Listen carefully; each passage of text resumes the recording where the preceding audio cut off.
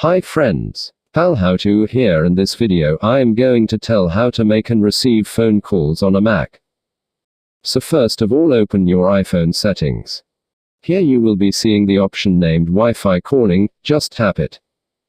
Turn this function on. Simply select the calls on other devices option from there, and then through using the toggle switch this feature on. So this is the only settings that you have to make on the phone. Once done, you will then require to make the settings on the Mac. Open the FaceTime app, that is the application on the Mac. Hope that you would be familiar with this app. Open the preferences inside the FaceTime app. In the settings of the preference, you just have to check and make sure that the calls from iPhone has been checked to on. If not, then please do it. You can then be able to make the calls from the MacOS. Wherever you see any number you put in any field, you will be able to select that number and then make the phone calls easily.